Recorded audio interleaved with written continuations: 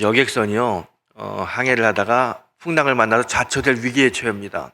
그래서 구명보트를 내리고 사람들을 태워가지고 탈출시킵니다.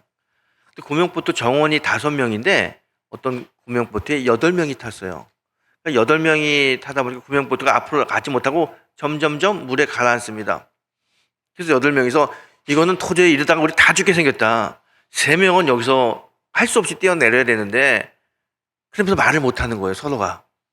그랬을 때 갑자기 미국 사람이 손을 들면서 내가 제일 선진국 미국인데 내가 희생하겠다. 그러면서 미합중국 만세! 그러면서 물에 뛰어들었어요. 그랬더니 조금 있다가 영국 사람이 내가 영국 신사인데 나도 내가 뛰어내리겠다고 손을 들면서 대영제국 만세! 그리고 뛰어내려요. 그 다음부터는 아무도 뛰어내리질 않는 거예요. 한 명이 더 뛰어내려야 되는데 뛰어내리지 않습니다. 서로 눈치를 보고 있을 때 갑자기 한국 사람이 손을 듭니다. 네, 한국 사람입니다. 대한민국 만세! 그러더니 옆에 있는 일본 사람을 집어 던졌다 그래요. 뭐 많이 들었던 이야기입니다. 그런데 저는 그 이야기를 들을 때마다 이런 생각합니다. 참, 우리나라 사람들, 일본 사람들과 정말 풀 수 없는 이 감정이 있는 것 같아요. 왜 그렇습니까? 우리가 침략당했잖아요. 오랜 시간 동안 일제의 침략을 당했기 때문에 우리에게는 아픔이 있고요. 미움도 좀 있는 것 같아요. 일본 사람 개인을 미워하는 게 아니라 일본 자체에 대한 미움이 좀 있죠. 오늘 우리는 그 3.1절 기념주의를 보내고 있습니다. 이 3.1절 105년 전에 이 땅에 있었던 만세 운동입니다. 다른 이유가 아닙니다. 대한독립 만세. 우리가 독립하고 싶다. 대한독립 만세를 목놓아 외쳤던 일이 있었던 사건이 105년 전에 있었습니다. 그게 3.1 운동이었는데요. 오늘은 이 3.1 운동이 우리 기독교인들에게 어떤 의미가 있는지를 좀 같이 좀 나눠보는 그리고 그 생각해보는 그런 시간을 갖길 원합니다. 오늘 저는 3.1 운동 기념주일에 이 본문 로마서 이 본문을 잡았는데요. 이 본문을 보게 되면 바울이 이런 얘기를 합니다. 그리스도인들이 이 땅에서 받는 고난은 장차 나타날 하나님의 영광과 좋게 비교할 수 없느니라. 그러게요. 이 말씀은요, 당시 초대교회 기독교인들이 굉장히 위로가 됐습니다. 초대교회 기독교인들이요, 예수 믿는다는 이유 때문에 옥에 갇히고 핍박당하고 참 어려운 일을 많이 당하고 있는데 그때 바울이 이야기합니다. 지금 현재 우리들이 받는 이 고난은 장차 올 하나님의 영광과는 비교할 수 없다. 그랬더니 그 고난 속에 있는 이 초대교회 기독교인들이 이 말씀에 위로가 되는 거예요. 지금 힘들지만 하나님의 영광과는 비교할 수 없다. 그래서 힘이 돼서 열심히 어려움을 이겨내고 교회를 지켰던 그 말씀입니다. 오늘 바울은 그 말씀을 하면서 이런 이야기를 합니다. 지금 우리가 억압당하고 힘든 것, 이것들은 하나님의 뜻과는 다르다는 거예요. 원래 하나님은 모든 사람들, 모든 피조물들이 동등하게 살도록 또 서로 도우면서 평화롭게 살도록 창조하셨는데 아담 이후에 죄가 들어오면서 피조물이 피조물을 점령하는, 피조물이 피조물을 압박하는, 착취하는 그런 죄 속에 살게 되는 거예요. 그래서 바울이 이렇게 이야기합니다. 이런 게 우리들의 현실인데 이 현실을 어떻게 극복할 수 있는 거냐? 장차 이 땅에 하나님의 아들이 오게 되면 우리들이 죄에서 또 핍박 속에서 억압받는 종의 노릇에서 해방될 수 있다. 그렇게 이야기합니다. 그러면서 바울이 이야기하는 것은 장차 이 땅에 예수가 오시게 되면 예수님께서 우리들을 하나님의 자녀로 참 자유를 누릴 수 있는 하나님 나라의 백성으로 만들어 주실 거다. 그래요. 그래서 복음이 전해지는 게 굉장히 중요하고 지금 핍박하는 민족이나 핍박당하는 민족이나 다 같이 지금 죄의 종로를 타고 있는데 복음이 들어오게 되면 이 사람들도 우리들도 다 같이 예수 안에서 자유함을 누릴 수 있다. 그렇게 이야기하고 있습니다. 이 말씀을 가만히 보게 되면 바울은 복음 안에서 모든 민족은 다 하나고 또 핍박을 당하나 핍박을 하는 민족이라 하더라도 그것은 자의적인 문제가 아니라 이 죄의 문제, 영적인 문제이기 때문에 복음으로 그걸 다 해결해야 된다고 말씀하고 있습니다. 저는 이 말씀을 가만히 묵상하게 되면 물론 바울이 하신 말씀이 말씀 맞죠. 그런데 우리들이 이 말씀, 바울이 한 이야기, 복음 안에서 우리가 모두가 하나라는 이 말씀을 잘못 생각하게 되면 그러면은 뭐 기독교인들은 나라도 민족도 없나? 이런 생각을 할 수가 있습니다. 여러분, 우리들이 신앙생활 하면서 좀 착각하는 게 하나 있는데, 그것은 뭐냐면 우리가 천국에 대한 이야기 하잖아요. 천국. 천국을 자꾸 이야기하다 보니까 전제 살고 있는 우리나라에 대한 관심이 좀 떨어질 때가 있습니다. 하나님 나라의 백성, 하나님 나라의 백성. 그러다 보면은 우리나라 백성으로서 우리가 어떻게 해야 되고 어떻게 살아야 될지를 잊어버리는 경우가 종종 있습니다. 물론 천국, 하나님 나라도 다 중요하지만 현재 우리들이 살고 있는 이 대한민국, 이 땅, 이 민족도 굉장히 중요하지 않겠습니까? 저는 한 번은 그런 경험이 있어요. 제가 차를 타고 이제 운전을 하고요. 어떤 사람을 태워서 가는데 유턴을 해야 되는데 유턴할 데가 없는 거예요. 그래가지고 저기 멀리까지 이제 가서 유턴해서 돌아오는데 그 옆에 있는 분이 그러는 거예요. 아니, 목사님이 이렇게 세상법을 지키려고 그러세요. 그냥 하나님의 법으로 확 돌면 되지. 그래서 제가 깜짝 놀란 적이 있어요. 여러분, 우리가 이 땅에 살면서 세상의 법을 지키는 거 중요합니다. 왜냐하면 또 이 나라에 살면서 이 나라의 백성으로 질서를 지키는 것도 중요한데 잘못 생각하게 되면요, 우리는 하나님 나라의 백성이고 천국의 시민이기 때문에 우리가 살고 있는 이 땅, 이 나라를 초월적으로 생각할 때가 있는 것 같아요. 그런데 여러분, 그렇지 않습니다. 성경을 보게 되면요, 복음으로 하나 되고 복음으로 우리가 온 민족이 하나라는 것은 맞지만 그 속에서도 각자 자기 민족, 자기 나라를 사랑하는 마음들이 성경 속에 많이 있습니다. 여러분, 기독교인들이 자기 나라를 살아가는 것을 민족주의다라고 이야기하는 것은 옳지 않습니다. 기독교인들이 민족을 살아가는 것은 당연한 거죠. 출애굽기 32장에 보게 되면요, 이런 사건이 하나 있습니다. 모세가 시내산에 있을 때 이스라엘 백성들이 출애굽한 다음에 이 하나님의 인도하심으로 여기까지 왔는데 모세가 눈에 안 보이니까 금송아지를 만들어 가지고 우상 숭배합니다. 모세가 내려왔더니요, 우상 숭배하는 거예요. 하나님 제일 싫어하는 게 우상 숭배인데 그 하나님이 제일 싫어하는 행동을 하고 있습니다. 모세도 화가 났지만 하나님도 화가 났어요. 그래서 하나님 뭐라고 말씀하시냐면 이 백성을 내가 애굽에서 데리고 나온 걸 후회하고 이 백성을 저기서 다 없애버리겠다고 이야기합니다. 얼마나 끔찍한 이야기예요. 그 이야기를 들은 모세가 깜짝 놀랍니다. 지금 이스라엘 민족, 자기 민족이 다 죽게 생겼어요. 그때 모세가 어떡합니까? 하나님 앞에 가가지고 이 민족을 살려달라고, 이 민족을 다시 한번 하나님의 은혜 속에 사는 나라, 사는 민족이 되게 해달라고 막 애원합니다. 그러면서 이런 이야기예요. 이 민족을 다 없애시려면 차라리 저를 하나님의 생명책에서 지워주십시오. 그렇게 자기 목숨을 걸고 민족을 위해서 하나님께 기도했던 사람이 모세입니다. 그 기도를 하나님이 들으시죠. 그래서 모든 이스라엘 민족을 그 시내산 밑에서 죽이려고 했던 하나님의 마음을 돌이켜서 그 민족을 데리고 광야길을 통해서 가나안으로 들어가게 됩니다. 모세가 했던 기도, 민족을 위해서 자기 목숨을 내어놓는 이 모습을 보세요. 성경은 그 민족을 위해서, 나라를 위해서 헌신하고 희생하는 것, 이거를 이야기하고 있습니다. 뿐만 아닙니다. 우리가 잘 알고 있는 에스더 알죠? 에스더는 페르시아의 왕비가 됐습니다. 그런데 정적들에게 모함을 받아가지고 이스라엘에서 끌려온 유다 민족이 다 죽게 생겼어요. 그때 에스더가 어떡합니까? 내가 내 민족을 위해서 죽으면 죽으리라. 그리고 왕에게 가가지고 우리 민족을 살려달라고 고언하지 않습니까? 그것 때문에 이 이스라엘 민족이 다시 거기서 구원을 받죠.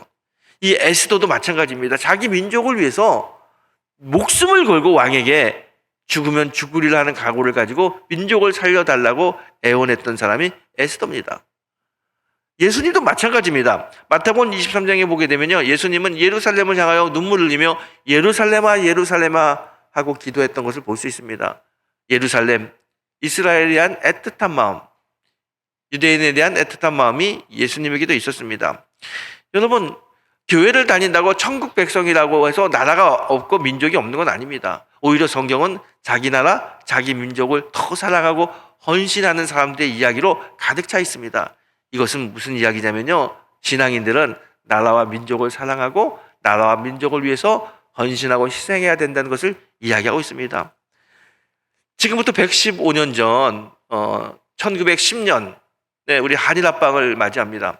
우리가 일본에 이제 침략당하는 것이죠. 다 뺏겼습니다. 외교권도 뺏기고 얼마나 많은 우리 선배들이, 우리의 신앙의 조상들이 일본의 수탈을 당하고 있는지 모릅니다.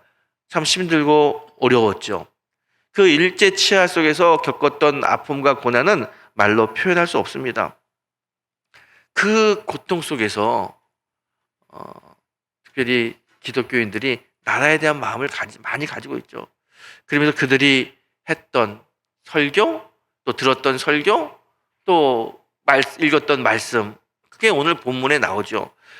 그렇게 일제 치하에 고통당하고 있는 기독교인들이 소망을 가지고 있었던 이 말씀은 이런 말씀이에요. 피조물이 고대하는 바는 하나님의 아들이 나타나는 것이니, 그래요. 오늘 본문 속에 나타나잖아요. 이 고난당하고 있는 우리들이 기대하는 것은 하나님의 아들이 이 땅에 오는 거예요. 하나님의 아들이 오게 되면 이 썩어지는 다른 피조물에 의해서 압박당하고 착취당하는 이 종노릇하는 우리들이 해방되고 하나님 자녀의 영광으로 자유로운 민족이 될 거라고 하는 이 소망을, 이 말씀을 보면서 키웠습니다. 그리고 계속해서 하나님께 간구하고 기도하죠. 예수가 오게 되면 우리에게 자유가 오고 해방이 올 것이다. 그러면서 우리 신앙의 선배들은 이 예수님이 이 땅에 오기 위해서 우리가 무엇을 해야 되느냐?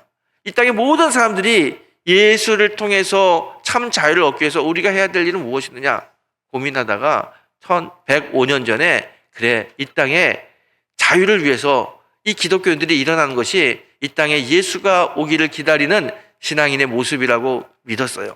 그래서 105년 전에 태극기를 들고 길거리에서 대한민국 만세, 대한독립 만세를 외쳤던 3.1운동이 일어나게 되는 겁니다. 이 3.1운동은요, 참 세계사에서 찾아볼 수 없을 정도로 참 비폭력적이고 아주 우리들의 주장을 억압받는 일본에게 전했던 아주 귀한 운동입니다. 저는 가끔 이런 생각을 해봅니다. 우리나라 기독교가 그렇게 오래되지 않았습니다. 한 200년도 안 되는 짧은 기독교 역사를 가지고 있는데 이 기독교 역사 속에서 많은 이 나라에 어려움이 처했을 때 우리 기독교인들이, 우리 교회가 참 헌신했던 것을 많이 볼 수 있습니다. 그 중에 대표적인 사건 하나도 오늘 우리가 이야기하는 3.1운동입니다. 이 3.1운동은요, 교회와 기독교인들이 정말 나라를 위해서 대한독립 만세를 외쳤던 아주 숭고한 사건입니다. 여러분 보세요. 얼마나 많은 기독교인들이 이곳에 참여했고 핍박을 당했는지 모릅니다. 일본 군인들이요, 이 제암리에 있는 제암리 감리교회가 있습니다. 그 마을 사람들이 독립을 하니까 그 마을 사람들 다 잡아가지고 교회 안에 가둬놓고요, 뒤에서 문을 잠그고 교회에다 불을 질렀습니다. 거의 제암리교회 교인들이 다 불타 죽었어요. 창문을 열고 나오는 사람들을 총을 쏴야 죽였습니다. 그 마을에 교회 다니는 사람 많이 있었는데 그 교회 다니는 거의 많은 사람들이 대한독립 만세를 외쳤다가 다 일본군에 의해서 거기서 죽게 됩니다. 뿐만 아니라 우리가 너무나 잘 알고 있는 유관순 열사, 어린 나이에 태극기 들고 대한독립 만세를 외쳤다가 옥에 갇혀서 순교하지 않습니까? 이 유관순 열사도 이하학당 다닐 때 그 옆에 있는 정동감리교회를 다녔던 청년이었습니다. 또한 독립선언서를 기초한 육당 최남선 선생님은 상동감리교회 교인이었죠. 교인들이, 성도들이 이렇게 3.1운동에 많이 앞장섰는데 그 중에서도요, 우리 감리교회가 굉장히 이 3.1운동에 앞장섰던 것을 역사적으로 우리가 알 수 있습니다.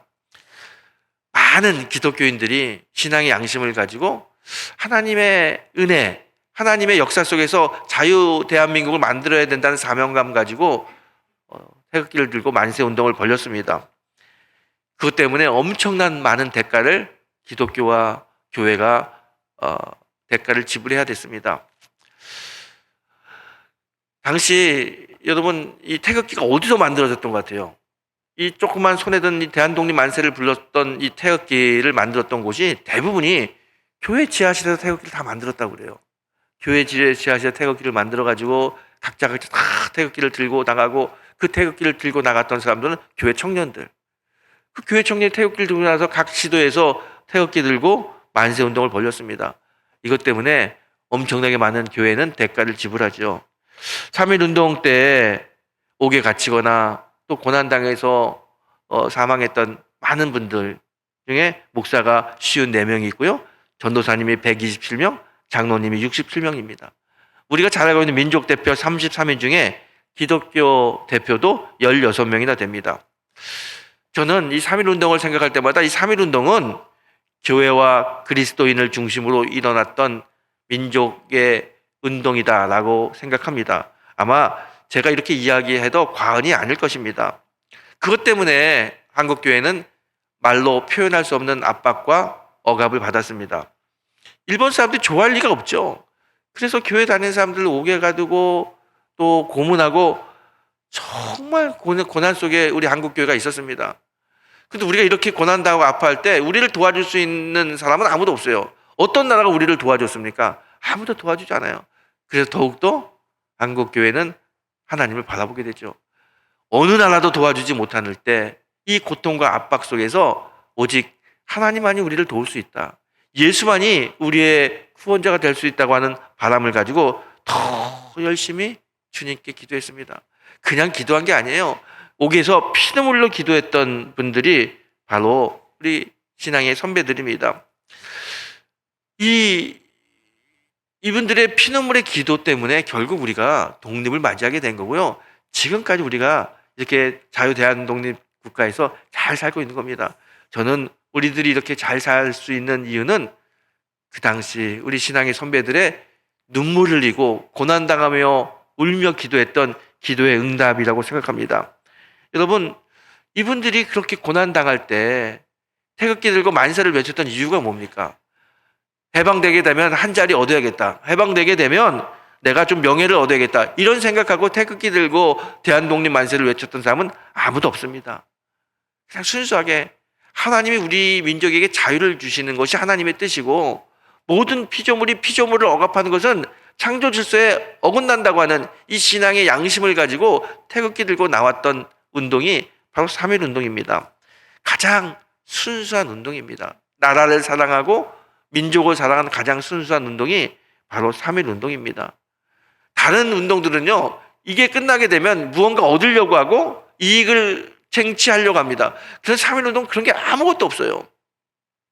여러분, 이 3.1 운동에 앞장섰던 사람들이 이 3.1 운동 해가지고 우리가 해방되게 되면 내가 대통령이 되고 장관이 되고 국회의원이 되겠다, 당대표가 되겠다 이런 생각하고 운동한 사람은 아무도 없습니다. 그냥 순수하게 대한독립을 위해서 애쓴 사람들입니다. 이런 이야기가 있죠. 이 독립기념 선언서를 다 만든 다음에 누가 이제 서명을 해야 되잖아요. 서명을 해야 되는데 아무도 먼저 서명하기가 어렵습니다. 그때 남강 이승훈 선생님, 이분도 기독교인이죠. 그분이 제일 먼저 서명을 했어요. 그러면서 이분이 이렇게 이야기하죠. 여기에 서명하는 순서대로 제일 먼저 천국 갈 텐데 이 천국 가는 게 기쁨이라고. 여러분, 여기 서명하는 순서대로 죽는다는 거예요. 죽음을 알면서도 제일 먼저 기쁘게 서명할 수 있었던 이유는 이 신앙인이 아니면 할 수 없는 일입니다. 근데 그분이 죽음을 각오하면서도 그 독립선언서에 사인할 수 있었던 이유는 뭐냐면 내가 나중에 한 자리 하겠다. 그런 마음은 하나도 없는 거예요. 그냥 우리 민족에게 하나님의 은혜로 독립이 됐으면 좋겠다. 일제가 물러갔으면 좋겠다는 순수한 신앙으로 그곳에 사인하고 만세운동을 한 겁니다. 그분뿐만 아니고요. 만세운동을 했던 모든 사람들이 다 그런 마음을 가지고 하게 되는 것이죠. 여러분, 독립선언서 그 제일 처음 뭐라고 써 있습니까? 오늘 우리가 이렇게 자주독립을 선언하는 것은 하늘의 명령이다 그래요. 이 자주독립을 선언하는 것이 하나님의 뜻이라고 선포하면서 만세운동이 시작되는 거예요. 이 만세운동은요, 당시 기독교인들의 신앙의 양심이었고요, 신앙의 헌신이었습니다. 이 조국을 자유한 조국으로 만들어서 우리 후손들에게 물려줘야겠다고 하는 거룩한 양심으로 이 3.1 운동에 앞장선 것입니다. 신앙인이 아니면, 우리 안에 신앙이 없으면요, 이거 참 하기 어려운 겁니다. 작년에 우리 교회에서 이제 국내 성지순례 해가지고 천안에 있는 유관순 열사 기념관을 방문한 적이 있어요. 아마 갔다 오신 분도 계실 텐데, 거기 쭉 갔는데 그 안에 서대문 형무소의 감옥방을 이렇게 모형으로 다 만들어 놨습니다. 감옥이 굉장히 좁아요. 한 두 사람이 누우면 꽉 찰 정도 되는 그 감옥방에 7명씩, 어떤 방은 8명씩 넣었다고 합니다. 깜깜한 감옥방 안에 밑에 조그만 쪽문이 하나, 조그만 문, 그걸 문 열고 거기로 주먹밥 하나씩 주는 거예요. 근데 거기에 갇혀있던 7명, 8명 되는 사람들이요, 거의 다 기독교인들입니다. 그래서 그 좁은 방에서 살과 살이 맞대는 움직일 수 없는 그곳에서 고문당하고 매를 맞았지만 그래도 예배드리고 찬송하고 같이 기도했어요. 이 조국의 독립을 위해서 기도했습니다. 특별히 여러 방이 있는데 거기에 8호실이라는 곳을 제가 갔는데요. 그 8호실 간방에 그때 예배 드린 사람들이 같이 썼던 시가 하나 붙어 있어요. 제가 제일 그 시를 보면서 너무 감동을 받았는데 제가 한번 읽어 드릴게요. 진흥색 일복 입고 두 무릎 꿇고 앉아 주님께 기도할 때 접시 2개 콩밥 한 덩이 창문 열고 던져줄 때 피눈물로 기도했네, 피눈물로 기도했네. 대안이 살았다, 대안이 살았다. 삼천이 동하고 바다가 끓는다. 대안이 살았다, 대안이 살았다. 여러분, 그 감옥방에서 이 주먹덩이 하나 받아 먹으면서 그래도 기도하면서 이들이 기도했던 내용이 뭡니까? 대안이 살았다는 거예요. 하나님, 이 살아있는 이 대한민국을 위해서 하나님의 은혜가 필요합니다. 울부짖어 기도했던 이분들 정말 대단하지 않습니까? 저는 그때 이런 생각을 했어요. 야, 믿음은 진리를 위해서, 믿음은 민족과 조국을 위해서 목숨까지도 바칠 수 있는 용기를 주는구나. 그 감옥에 갇혔던 사람들 중에는요, 어린아이도 있어요. 또 갓 태어난 아기를 데리고 온 그 부모도 있습니다. 엄마도 있어요. 아기와 엄마가 감옥 속에 같이 있는 거예요. 그 속에서도 두려워하지 않고 하나님께 기도하고 이 대한민국의 해방을 위해서, 조국 통일을 위해서 기도할 수 있었던 이유는 뭐냐면 믿음이 있는 거죠. 믿음은 그 어떤 상황에서도 용기를 줄 수 있는 게 그게 믿음입니다. 그래서 그 믿음은 우리에게도 자유함을 주죠. 예수님 우리에게 이렇게 말씀하셨습니다. 진리를 알지니 진리가 너희를 자유케 하리라. 우리가 믿음 가지고요, 정말 진리 안에 살게 되면요, 어떤 형편, 어떤 곳에 있든지 우리는 자유함을 얻을 수 있습니다. 그래서 믿음은 진리를 위해 목숨을 바칠 수도 있고요, 믿음은 나라와 민족을 위해서 헌신할 수 있는 용기를 주는 게 그게 믿음입니다. 아마 그 3.1운동 당시 우리 기독교인들은요, 정말 믿음 있는 사람들이에요. 믿음 없이는 이런 일을 할 수 없습니다. 그때 그 믿음이 정말 그립기도 하고요, 그때 그 믿음이 오늘날 우리들의 믿음이 되기를 소망합니다. 여러분, 3.1운동을 생각하면서, 일제치하를 생각하면서 참 뼈아픈 우리들의 과거죠. 절대로 이런 일이 다시는 이 땅에 일어나서는 안 됩니다. 다시는 이 땅에 외세 침입이 일어나지 않기 위해서 우리가 어떻게 살아야 되느냐? 우리는 신앙인들이잖아요. 정말 믿음으로 살아야 된다는 것을 생각해 봅니다. 우리가 믿음으로 살 때, 그리고 특별히 어떤 믿음이냐? 민족과 나라를 위하여 헌신할 수 있는 믿음으로 살 때 이 나라에 다시는 외세의 침입이 없을 거라고 생각합니다. 여러분, 3.1운동은요, 정말 순수한 운동입니다. 어떤 것도 기대하는 것이 아니라 하나님의 뜻이 이루어져서 이 땅에 자유가 있는 나라, 그 나라를 만들어서 우리 후손들에게 물려주고 싶다고 하는 순수한 신앙의 고백으로 일어난 운동이 바로 3.1운동입니다. 그런 순수한 이 고백, 순수한 운동이 지금 이 나라, 이 민족, 우리 교회에 필요합니다. 요즘 뉴스를 보십시오. 이제 총선 때가 돼서 그런지 여기저기 당이 생기고 뭐 공천을 한다고 이야기하는데, 그 정당들이 하는 이야기들, 정치인들이 하는 이야기들을 보게 되면 대체적으로 공통적으로 하는 이야기는 개혁입니다. 개혁. 그래서 당의 이름도 뭐 개혁신당, 뭐 개혁당, 개혁이라는 이름을 많이 하죠. 정치권도 개혁을 이야기하고요, 또 종교계도, 교회도 개혁을 많이 이야기합니다. 근데 여러분, 개혁이라는 게 참 좋죠. 새롭게 변화되고 새롭게 질서를 만들고 너무너무 좋은 건데, 사실은 개혁이라는 것은요, 기득권을 내려놔야 됩니다. 개혁은 자기 손해를 감수하면서 기득권을 내려놓고 본질로 돌아가는 게 그게 개혁입니다. 정당의 개혁이 뭡니까? 이 정당은 나라와 민족을 위해서 내가 헌신하겠다, 그 본질로 돌아가는 게 정당의 개혁이고요. 교회의 개혁이 뭡니까? 교회는 하나님께서 교회를 만들 때 왜 세우셨습니까? 진리를 선포하고 복음을 전하기 위해서 교회가 세워지지 않습니까? 그 본래의 모습으로 교회가 돌아가야겠다. 이게 개혁이에요. 개혁은 기득권을 포기하고 손해를 감수할 때 일어납니다.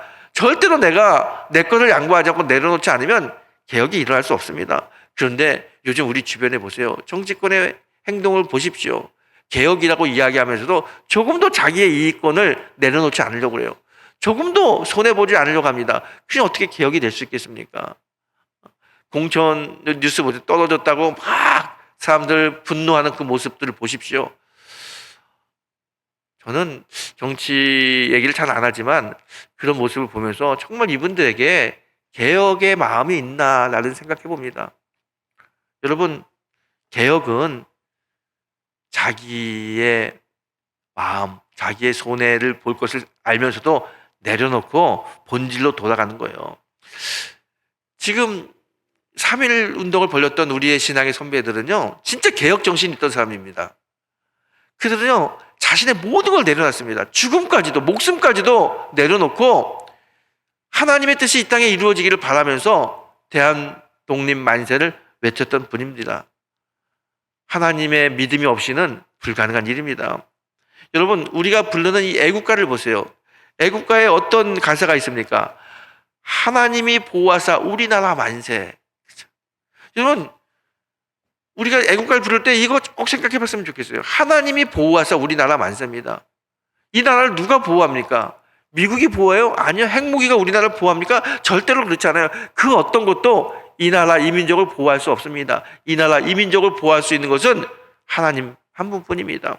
그래서 우리가요, 신앙을 하나님께 소망을 두고 예수 그리스도가 이 땅에 오시면 이 땅에 참 자유, 피조물이 피조물을 지배하는 그 세상에서 하나님께서 해방을 주시는 세상으로 바뀐다는 마음을 가지고 주님을 바라보며 믿음의 소망을 두고 살아야 됩니다.